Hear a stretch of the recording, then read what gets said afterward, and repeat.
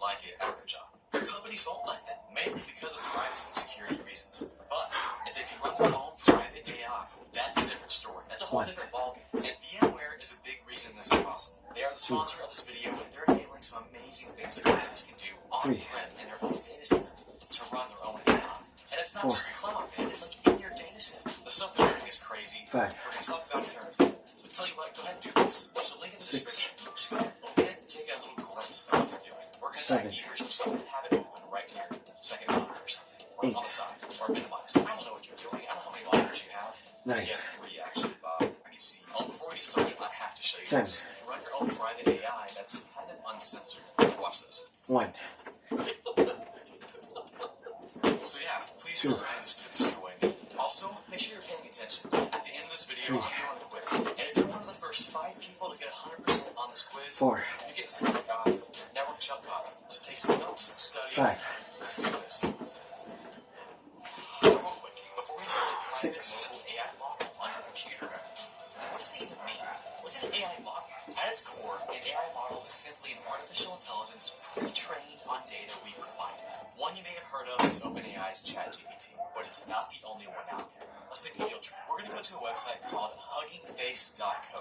Just an incredible brand name. I love it so much. This is an entire community dedicated to providing and sharing AI models. And there are a ton. You're about to have your mind blown. Ready?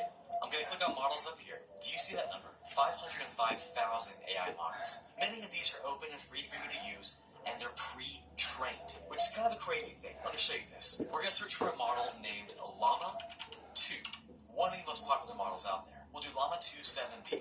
I love the brand name. Llama 2 is an AI model known as an LLM, or large language model. OpenAI's ChatGPT is also an LLM. Now this LLM, this pre-trained AI model, was made by Meta, aka Facebook. And what they did to pre-train this model is kind of insane. The fact that we're about to download this and use it, 9.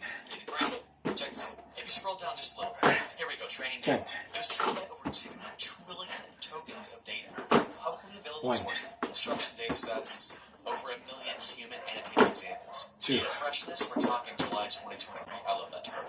Data freshness. 3. And getting the data was just step 1. Step 2 is insane, because this is where the training happens. 4. Meta, to train this model, put together what's called a super cluster. It already sounds 5. good, right? This sucker is over 6,000 GPUs. It took 1.7 million GPU hours to train this model.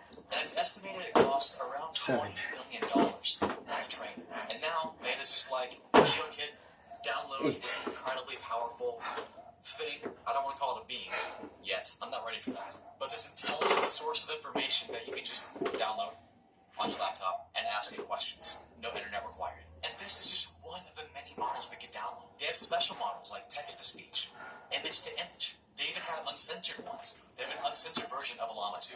This guy, George Sung, took this model and fine-tuned it with a pretty hefty GPU. It took him 19 hours and made it to where you can pretty much ask this thing anything you wanted. Whatever question comes to mind, it's not going to hold back. Okay, so how do we get this fine-tuned model onto your computer? Well, actually, I should warn you, this involves quite a bit of llamas, more than you would expect. Our journey starts at a tool called Ollama. Let's go ahead and take a field trip out there real quick. We'll go to ollama.ai. All we have to do is install this little guy, Mr. Ollama, and we can run a ton of different LLMs. Llama 2, Code Llama, told you lots of llamas. And there's others that we find, like Llama 2 Uncensored, more llamas. Mistral. I'll show you in a second. But first, what do we install Llama on? We can see right down here that we have it available on macOS and Linux, but 4. Oh, bummer. Windows coming soon. It's okay, because we've got WSL, the Windows subsystem for Linux, which is now really easy to set up. So we'll go ahead and click on download right here. For macOS, you'll just simply download this and install on one of your regular applications. For Linux, we'll click on this. We get a fun curl command that will copy and paste. Because we're going to install WSL on Windows, this will be the same step. So, macOS folks, go ahead and just run that installer. Linux and Windows folks, let's keep going. Now for on Windows, all you have to do now to get WSL installed is launch your Windows terminal. Just go to your search bar and search for terminal. And with one command, it'll just happen. It used to be so much harder. Just WSL --install. It'll go through a few steps. It'll install Ubuntu as default. I'll go ahead and let that do that. And boom, just like that, I've got Ubuntu 22.04.3 LTS installed, and I'm actually inside of it right now. So now at this point, Linux and Windows folks, we've converged, we're on the same path. Let's install Olama. I'm going to copy that curl command that Olama gave us. Jump back into my terminal, paste that in there, and press enter. Fingers crossed, everything should be going great. Like the way it is right now. It'll ask for my sudo password. 8. And that was it. Olama is now installed. Now this will directly apply to Linux people and Windows people. See right here where it says NVIDIA GPU installed? If you have that, you're going to have a better time with other people who don't have that. I'll show you here in a second. If you don't have it, that's fine. We'll keep going. Now let's run an LLM. We'll start with Llama 2. So we'll simply type in Olama, run, and then we'll pick one. 2. Llama 2. That's it. Ready, set, go. It's going to pull manifest. It'll then start pulling down and downloading Llama 2. Now I want you to just realize this. That powerful Llama 2 pre-training we talked about, all the money and hours spent, that's how big it is. This is the 7 billion parameter model, or the 7B. It's pretty powerful. And we're about to literally have this in the palm of our hands. In like 3, 2, 1. Oh, I thought I had it. Anyways, it's almost done. And boom, it's done. We've got a nice success message right here, and it's ready for us. We can ask it anything. Let's try what is a pug. Now, the reason this is going so fast, just like a side note, is that I'm running a GPU, and AI models love GPUs. So, let me show you real quick. I did install Olama on a Linux virtual machine. Now let's demo the performance real quick. By the way, if you're running like a Mac with an M1 into an M3 processor, it actually works great. Forgot to install it. I gotta install it real quick. Now let's get that same question, what is a pug? It's gonna take a minute. It'll still work, 6. but it's gonna be slower on CPUs. And there it goes. It didn't take too long, but notice it is a bit slower. Now if you're running WSL and you know you have an NVIDIA GPU and it didn't show up, I'll show you in a minute how you can get those drivers installed. But anyways, just sit back for a minute, sip your coffee, think about how powerful this is. The tinfoil hat version of me, Spankin loves this. Because let's say when the zombie apocalypse happens, right? The grid goes down, things are crazy, but as long as I have my laptop and a solar panel, I still have AI. And it can help me survive the zombie apocalypse. Let's actually see how that would work. It gives me next steps. I can have it help me with the water filtration system. This is just cool, right? It's amazing. But can I show you something funny? You may have caught this earlier. Who is Network Chuck? What? Dude, I've always wanted to be Rick Grimes. 8. That is so fun. But seriously, it kind of like hallucinated there. It didn't have the correct information. 9. It's so funny how it mixed the zombie apocalypse prompt with me. I love that so much. Let's try a different model. 10. I'll say bye. I'll try a really fun one called Musa. And by the way, if you want to know which one you can run with Olama, 1. which LLMs, they have a page for their models right here. All the ones you can run, including Llama 2 uncensored. Wizard Math. I might be that to kids actually. Let's see what it says now. This network. Now my name is not Chuck Davis. And my YouTube channel is not called Network Chuck on Tech. So clearly the data this thing was trained on is either not up to date or just plain wrong. So the question is, cool, we've got this local private AI, this LLM, that's super powerful. But how do we teach it the correct information for us? How can I teach it to know that I'm Network Chuck, Chuck Keith, not Chuck Davis, and my channel's called Network Chuck? Or maybe I'm a business, and I want it to know more than just what's publicly available. Because, sure, right now, if you had downloaded this LM, and you could probably use it in your job, but you can only go so far without it knowing more about your job. For example, maybe you're on a help desk. Imagine if you could take your help desk knowledge base, your IT procedures, your documentation. Not only that, but maybe you have a database of closed tickets, open tickets. If you could take all the data and feed it to this LM and then ask it questions about all of that, that would be crazy. Or maybe you wanted to help troubleshoot code that your company's written. You could even make this LM public facing for your customers. You feed it information about your product, 4. and the customer can interact with that chatbot you make, maybe.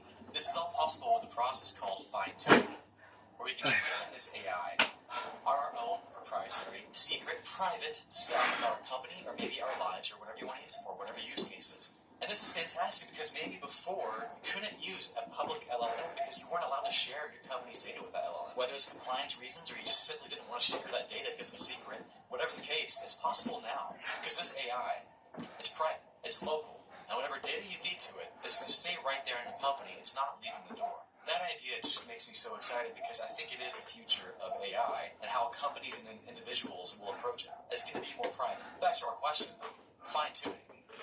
That sounds cool, training an AI on your own data, but how does that work? Because as we saw before, pre-training a model with Meta, it took them 6,000 GPUs over 1.7 million GPU hours. Do we have to have this massive data center to make this happen? No. Check this out. And this is such a fun example. VMware. They asked ChatGPT, what's the latest version of VMware vSphere? Now, the latest ChatGPT knew about was vSphere 7.0. But that wasn't helpful to VMware because their latest version they were working on, which hadn't been released yet, so it wasn't public knowledge, was vSphere 8 Update 2. And they wanted information like this. Internal information, not yet released to the public. They wanted this to be available to their internal team. So they could ask something like ChatGPT, hey, what's the latest version of vSphere?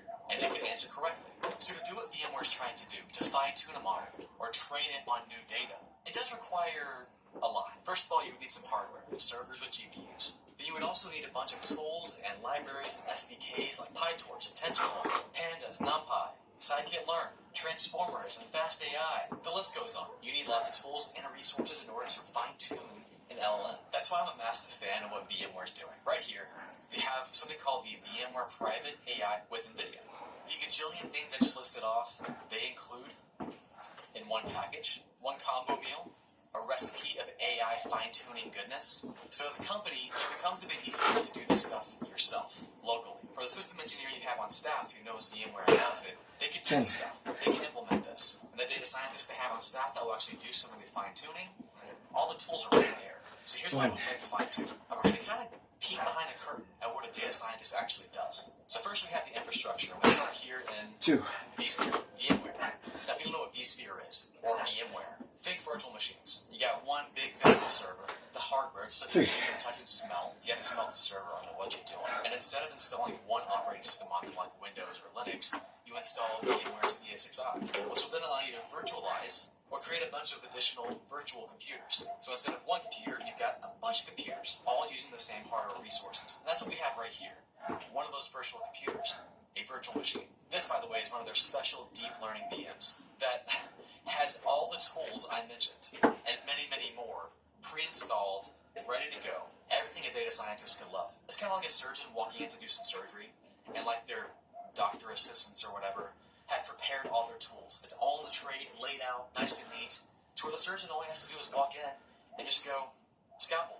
That's what we're doing here for the data scientist. Now talking more about hardware, this guy has a couple NVIDIA GPUs assigned to it, or passed through to it through a technology called PCIe pass-through. These are some beefy GPUs, and notice they are the GPUs for virtual GPU, similar to what you do with the CPU. Cutting at the CPU and assigning some of that to a virtual CPU on a virtual machine. So here we are in data scientist world. This is a Jupyter notebook, a common tool used by data scientists. And what you're going to see here is a lot of code that they're using to prepare the data, specifically the data that they're going to train to fine-tune the existing model on. Now we're not going to dive deep on that, but I do want you to see this. Check this out. A lot of this code is all about getting the data ready. So in VMware's case, it might be a bunch of the knowledge base, product documentation, and they're getting it ready to be fed to the LLM. And here's what I want you to see. Here's the data set that we're training this model on, we're fine-tuning. We only have 9,800 examples that we're giving it, or 9,800 new prompts or pieces of data, and that data might look like this, like a simple question or a prompt, and then we feed it the correct answer. And that's how we essentially train AI. But again, we're only giving it 9,800 examples, which is not a lot at all, and it's extremely small compared to how the model was originally trained. And I point that out to say that we're not going to need a ton of hardware or a ton of resources to fine-tune this model. We won't need the 6,000 GPUs we needed for Meta to originally create this model. We're just kind of adding to it, changing some things, or fine-tuning it to what our use case is. And looking at what actually will get changed when we run this, when we train it, we're only changing 65 million parameters, which sounds like a lot, right? But not in the grand scheme of things of like a 7 billion parameter model. We're only changing 0.93% of the model. And then we can actually run our fine-tuning, which this is a specific technique in fine-tuning called prompt tuning, where we simply feed additional prompts with answers to change how it will react to people asking questions. This process will take 3 to 4 minutes to fine-tune, because again, we're not changing a lot. And that is just so super powerful. And I think VMware is leading the charge with private AI. VMware and NVIDIA take all the guesswork out of getting things set up to fine-tune an LLM. They've got deep learning VMs, which are insane. VMs that come pre-installed with everything you could want, everything a data scientist would need to fine-tune an LLM. And then NVIDIA has an entire suite of tools that center around their GPUs. And there are other competitors who are building amazing AI tools for images, for text, and many more. Now currently you can actually see that in our life, I think everybody right now is probably using AI. So that is the reason why I've kept this title of this particular video, that it's time to adopt AI in our lives. Now, when I say with respect to adopt, it is not like you just need to learn AI for getting a job or working in this specific field. Yes, if you are interested, you can also go in that specific path. But adoption of AI is really necessary in our life, because at the end of the day, whatever predictions, whatever forecasting, whatever achievements is basically happening in the field of AI is because of data. The more data that we have, and obviously we're going to have a lot of amount of data as we go ahead, because we are using social media platforms, we are using different platforms altogether. Every day, every second, every minute, data is getting increased exponentially. So it is necessary, guys. We really need to adopt AI, and we need to adopt in such a way that how we can use AI efficiently in our day-to-day activities. Now, from past 4 to 5 years, like I've already completed 5 years uploading videos in YouTube channel, and I've been working in the field of AI from 2014, and I've seen that kind of change. And probably in the upcoming 10 years, AI will be deeply integrated with all our lives. Whatever task we do, whatever, like if you are even going outside, if you are traveling somewhere, some or the other way we are going to use some of the AI applications, right? And still, when I probably see in the job industries and all, there are a lot of openings with respect to AI. I've seen startups who are building some amazing ideas. They wanted to probably use these LLM models, solve some amazing use cases and all, right? Not only that, right? And this actually happens in each and every domain. I'm not just talking about one simple text domain or some other domain itself. Every domain, and probably if you've seen Shark Tank, right? Any companies that are building this startup, right? One or some of the AI functionalities are definitely important. Now, even though in your software engineering team also you'll be seeing now, whatever software product companies are actually building, there'll be a separate AI team to include some of the AI modules in those kind of software products, right? So this really shows, the kind of development that is happening in the field is quite amazing. But one important thing that we really miss still is the kind of AI workforce that we have who can probably work in that, right? People are learning things, but what people are actually lacking is kind of implementation, like how they can specifically implement AI in those specific use cases and all, right? And as you all know, if you're following my channel, I always make sure that I upload a lot of videos for you with respect to practical implementation, with respect to use cases and many more things. So still, if you think that many people will still say, hey, there are no jobs in AI and all, I've seen so many people getting placed in different places and they're working specifically in use cases. If that is the kind of question that is coming in your mind, trust me, again, lacking things. There is a very good article, I'll probably provide you the article link in the description of this particular video, saying that why companies that wait to adopt AI may never catch up, So it's not only with respect to companies. Let's say companies are already doing that specific, every company is including AI task in there. They're trying to integrate AI in their software modules, in their applications, in their products, right? And this is with respect to both hardware and software. Similarly, what I feel is that people, if they are not adopting AI right now, again, they will never be able to catch up. And this is what I feel, and I'm able to see it, guys. Trust me, I've been in this particular field from past 11 years. The overall experience that I have in the IT industry is somewhere around 20-30 years. So I've seen that thing, that how this particular development is basically happening. You can probably see the examples of companies like NVIDIA. Why NVIDIA is becoming very popular. OpenAI, right? As soon as they came up with this ChatGPT application, why it is basically popular.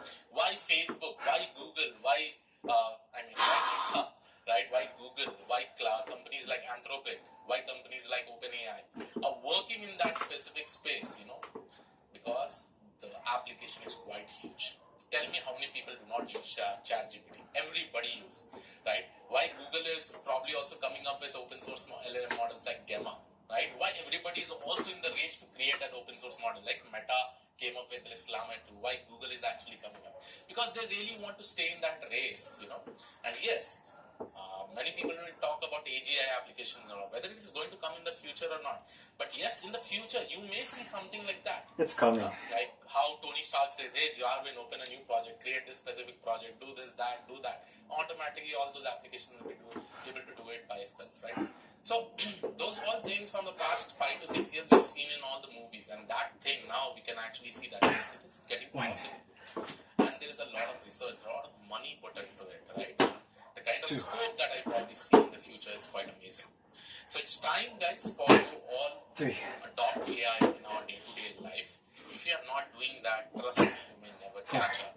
I have some of my friends who still say, Krish, you have told me the past 4 to 5 years, get into the AI field. If they had got over there, right now they would have done amazing things.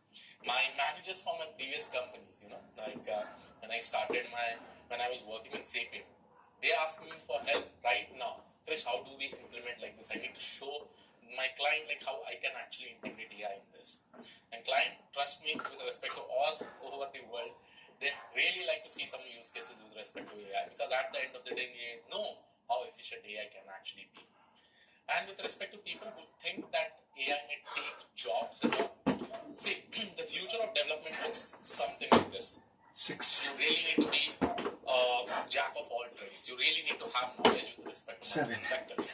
With respect to freshers, your college time is the most important period, guys. Please do not waste your college time. You really need to learn multiple things over there. You need to be pro at each and every thing. Let's say that you want to go into the software engineering business. Make sure that you learn front end, back end, databases, how you can actually use AI in that. So you really need to be the jack of all trades. Because at the end of the day, AI will also help you to do many more things. So if you have a knowledge of all these things, trust me, by using AI, you'll be much more efficient. Right? So this thing you really need to take care in mind, and it's time, as I said, to adopt AI. Please make sure that you start using AI. You cannot ignore it. Trust me that. So yes, this was it from my side. I hope you like this particular video. I'll see you all in the next video. Have a great day. Thank you and all. Take care. Bye-bye. How do you get started with digital marketing? With the complete digital marketing course on Udemy.